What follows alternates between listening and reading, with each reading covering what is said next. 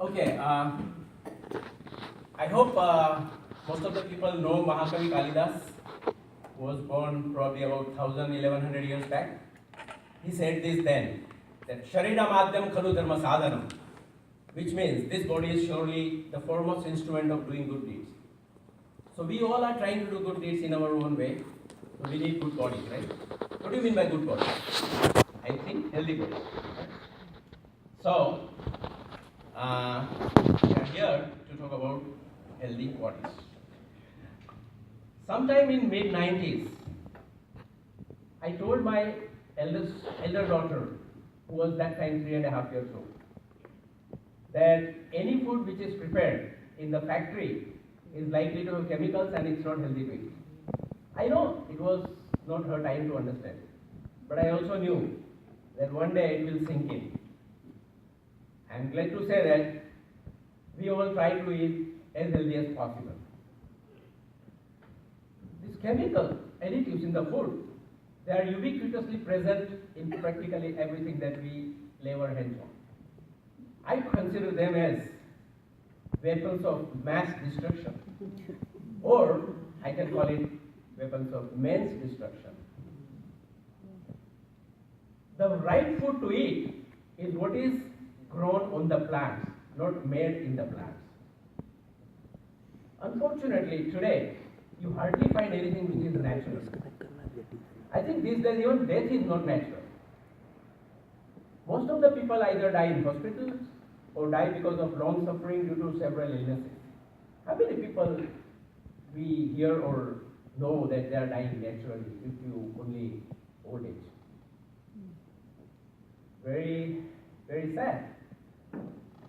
Now, I in my practice in several years have come across people who have taken it for granted that getting diabetes, getting blood pressure, getting cancer is a part, or they are parts of aging processes.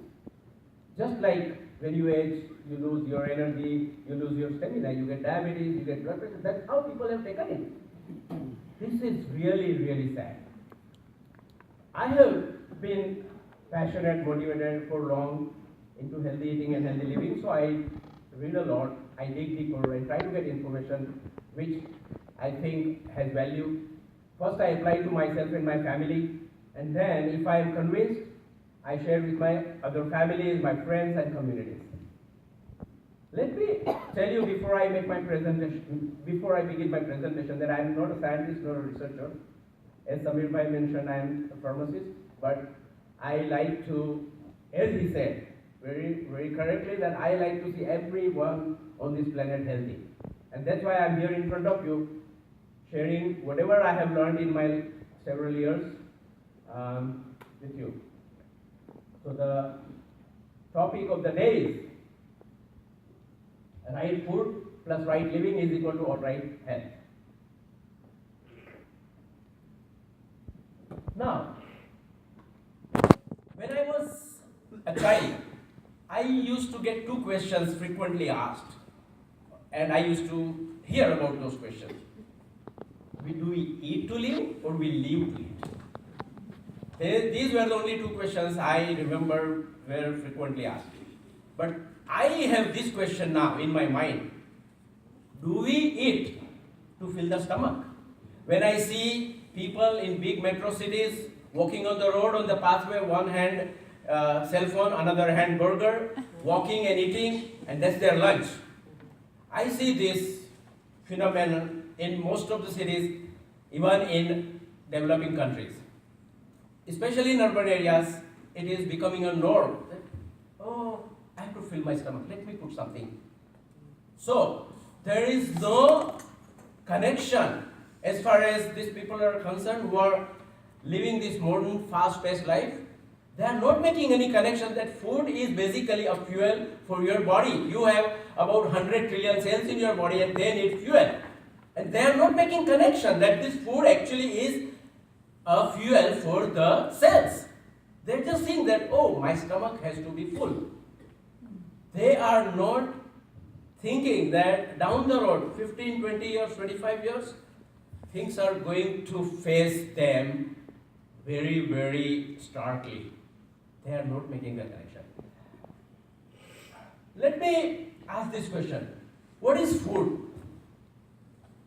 What is the definition of food? Anybody can tell me? You want to tell me what is food?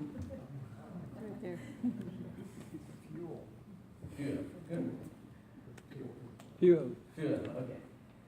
Okay. I use some resources to find out the definition of food, and food actually is a substance which is derived from either plant or animal origin. It is a nourishing substance and it is ingested into body, eaten or drunk. It provides energy, promotes growth and sustains life. That's what I have found out to be a definition of food. So, it is of plant or animal, basically natural origin, right? In this industrialized world, we have another food. They call it food with an adjective, processed. So that's processed food where there is human or machine intervention. And processed food is by and large bound to have synthetic chemicals added to it for facilitating various aspects of making that food. We'll go into it a little later on. So, I would think that processed food is not really food because it has chemicals. These chemicals are added not as a part of additional nourishment. They are added, and we all know it, but it is subconsciously, in our head that they are added to. These chemicals are added to the food as preservatives, as flavoring agent, as coloring agent, as a lubricating agent, as binding agent, as a stabilizer, whatnot. There are over 2,000 plus chemicals approved by US FDA and Health Canada to be used as additives in the food while processing. Average North American ingests per day 13 grams of chemical additives in his body, 13 grams. So about 10 pounds in a year. So in 20 years time, he will put more amount of chemical additives than his own body weight. Some of the examples of processed food: bread, cereals, pizzas, cookies, chocolate chips, processed beverages. Anything which is packed in box, can or bottle is most likely processed food, and then it also goes beyond that. We'll go to that later on. So yeah, the food also served in restaurant is also many times processed because a lot of times they use frozen cans and tins and boxes to serve the food. So what happens? What do they do to do the processing? So when the processing is done, it creates toxins and messes up the nutrition. Chemical additives are not metabolized by our body.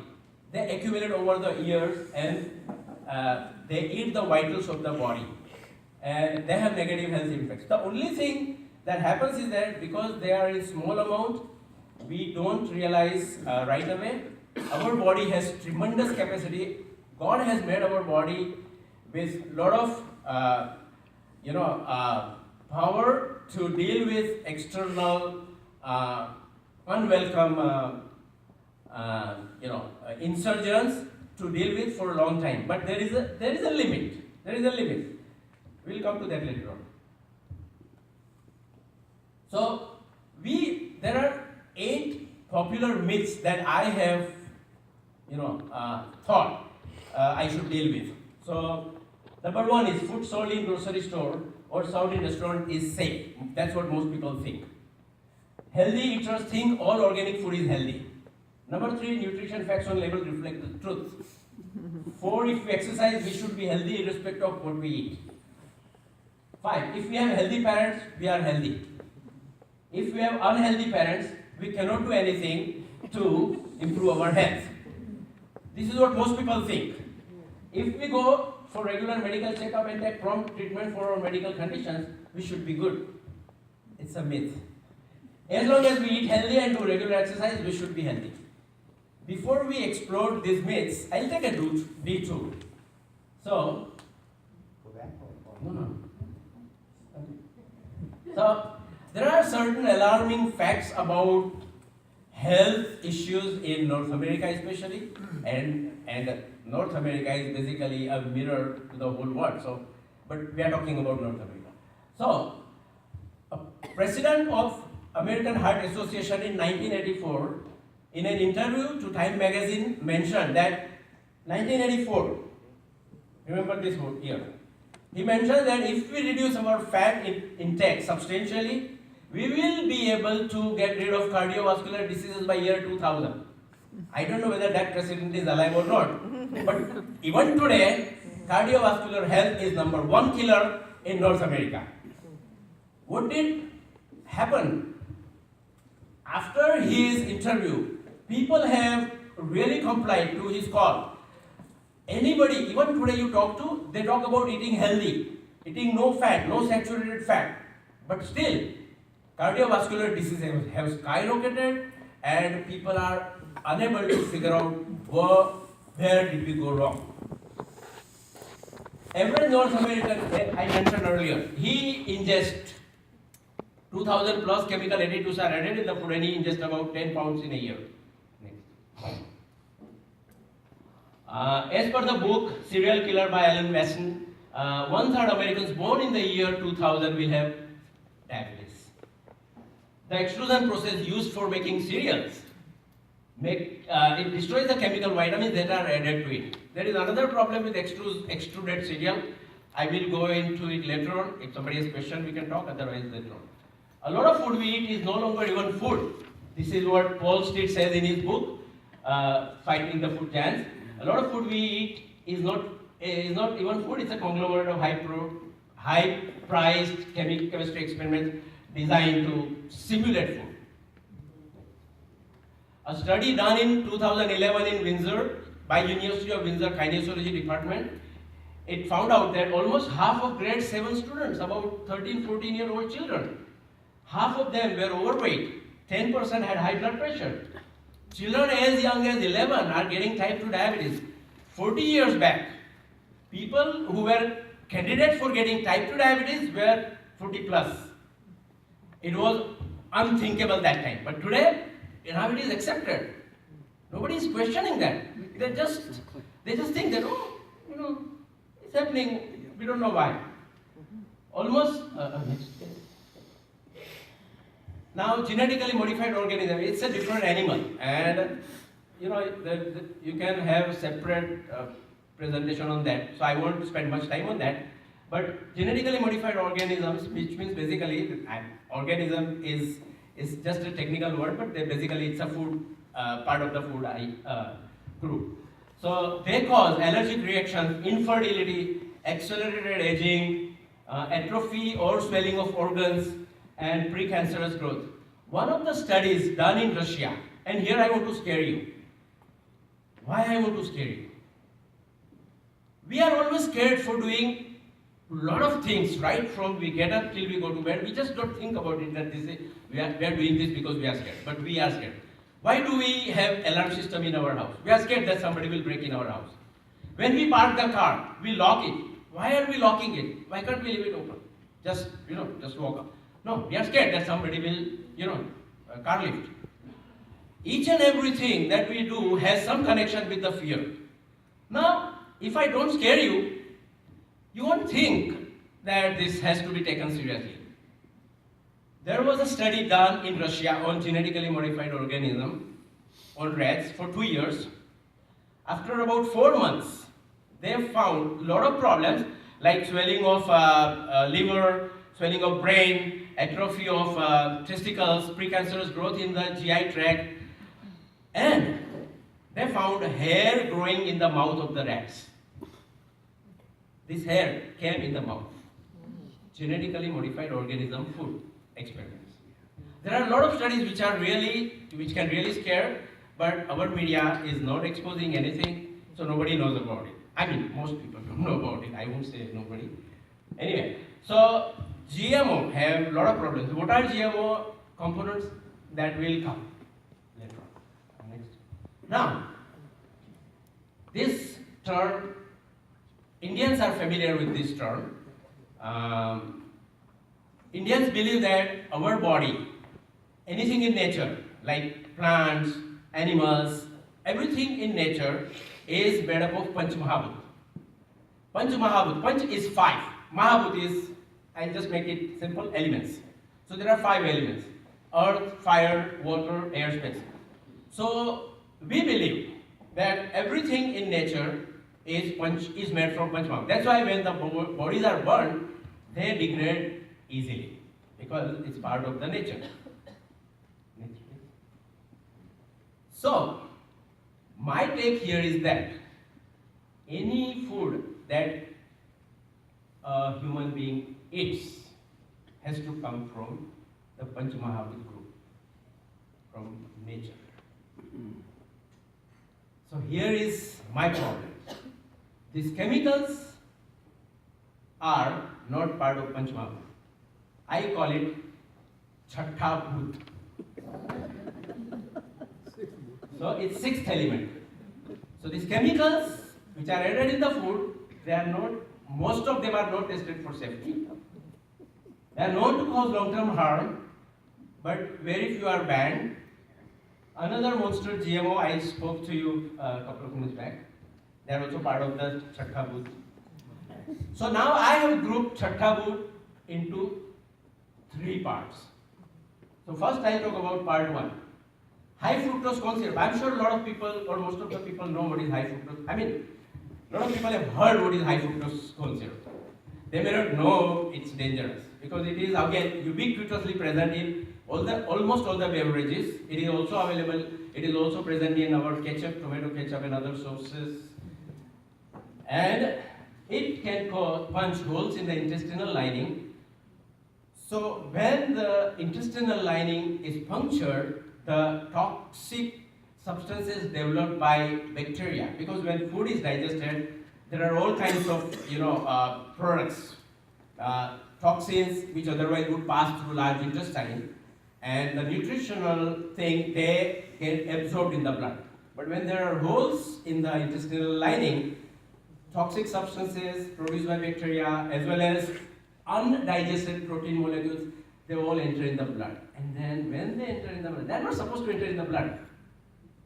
Blood is a carrier of nutrition and soluble nutrition, not insoluble material. So they go in the blood and then they cause havoc inside the body. But our body has a lot of capacity to handle situations for years. So 15, 20, 25, depending on the individual's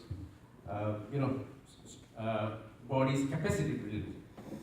So and a lot of other, because of inflammation, most of our problems in the body are actually due to inflammation.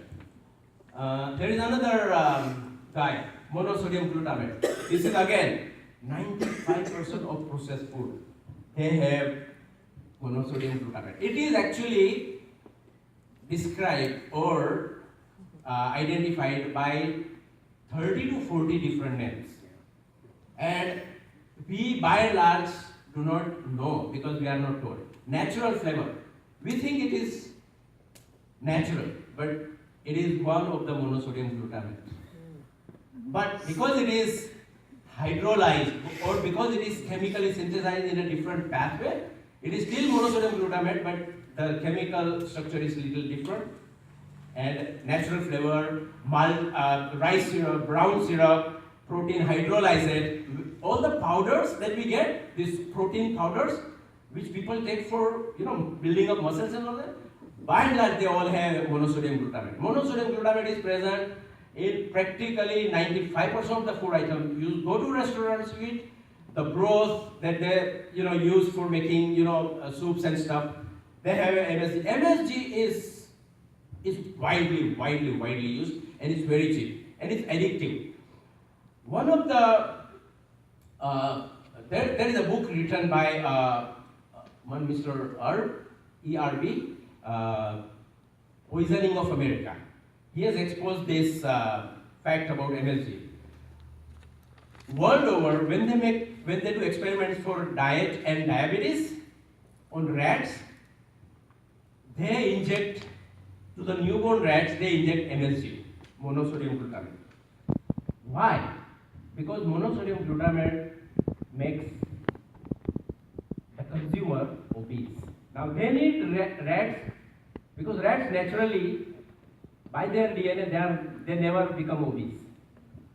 So when they inject MSG, they become obese. And those rats are used for testing different kinds of diets and diabetes medication. So these rats are labeled as MSG treated rats, and they are obese. So this is what MSG does. But MSG also does a lot of, it also is a neurotoxin, so it destroys, it actually shrinks or destroys our neural cells, because when you eat food, MSG is absorbed from the mouth itself, and it crosses blood-brain barrier, and it causes a lot of damage. Again, our body has capacity to deal with this nonsense, but there is a limit. Aspartame. For people who are diabetic, they use our low sugar product.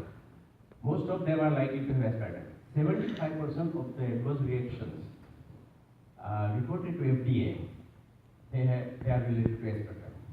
Aspartame is, so again, there is a lot that I can say about aspartame, but I don't have enough time. But it gets converted to formic acid in the body when it goes inside, and then it goes, formic acid is used to preserve bodies, dead bodies. It is also used to do fumigation in sterile area, in operation theaters, in pharmaceutical industry where they do manufacturing sterile injectables and all that. So it's extremely powerful and it's very corrosive. Potassium bromide. This one is, most of the bakery products and juices and stuff, they use potassium bromide as a preservative. Potassium bromide is, it can cause cancer of kidney, liver, thyroid. FDA knows about it, but FDA has recommended to food industry that you do not use it. But nobody cares because it's a recommendation, it's not a guideline. So potassium bromide can cause lots of problems. It is used as a preservative in bakery products, in juices, but it is also used as a fire retardant. Initially, potassium bromide was actually patented as fire retardant. It is used as disinfectant in our swimming pools and hot tubs. It is used as a fire retardant in various consumer products like carpet, furniture, computers, digital devices, and it is also used in our food. So just think about it. What is the right thing to do? Glyphosate. I wonder if anyone knows about glyphosate. Everybody probably knows about Roundup. Roundup is glyphosate. In 2015 March, WHO declared that this is probably carcinogenic. After 40 years of accumulated research, which proved beyond any measurable doubt that it is actually almost a definite cancer-causing chemical. In fact, today, hardly anybody in North America is not a carrier of glyphosate. Most of the people, just like 50 years back, people were carriers of DDT, especially in developing countries. In North America today, almost everybody is a carrier of glyphosate, because glyphosate, Roundup, is being used by people for killing the weeds in the yard. But most of the genetically modified organisms like corn, soy, cottonseed, canola, they are designing to make it glyphosate resistant. I don't want to go into detail. It's little. It will take more time, so I will just stop at that. But glyphosate is also spread over about 160 different kinds of crops as a desiccant, so that there is a longer life. So glyphosate is there everywhere. And then large fields, 500,000, 2,000 acres field, they spray glyphosate as a weed killer by helicopter. So it also, people neighboring surrounding areas also get the benefit of glyphosate. Brominated, and then there are other commonly used in chemical additives. I won't go into detail, but some of the names: sodium nitrite, artificial coloring dyes, calcium propionate, soy lecithin, brominated vegetable oil. So some of the, I just wanted to familiarize you with the names. So, part 1, Chhatta Booth, all the volatile chemicals in the environment which we get because of the pollution plus vehicular emission and industrial effluents as well as industrial fumes and all that. And then thousands of chemicals in drinking water. There are different estimates of the chemicals in the water. Somewhere says 50,000, somewhere says 80,000, but it doesn't matter. Even 1,000 can affect our health. Now this is a picture I took of a healthy bread. People think whole wheat bread. I eat whole wheat bread. It's very healthy. Okay, can you take the next picture? So there are 100% whole grains, lot of ingredients. I'll just go. My problem is with soybean or canola oil. Why do we need oil in bread? Then there is calcium propionate, which is a fungicide. It is used to control molds, so it's essential plant.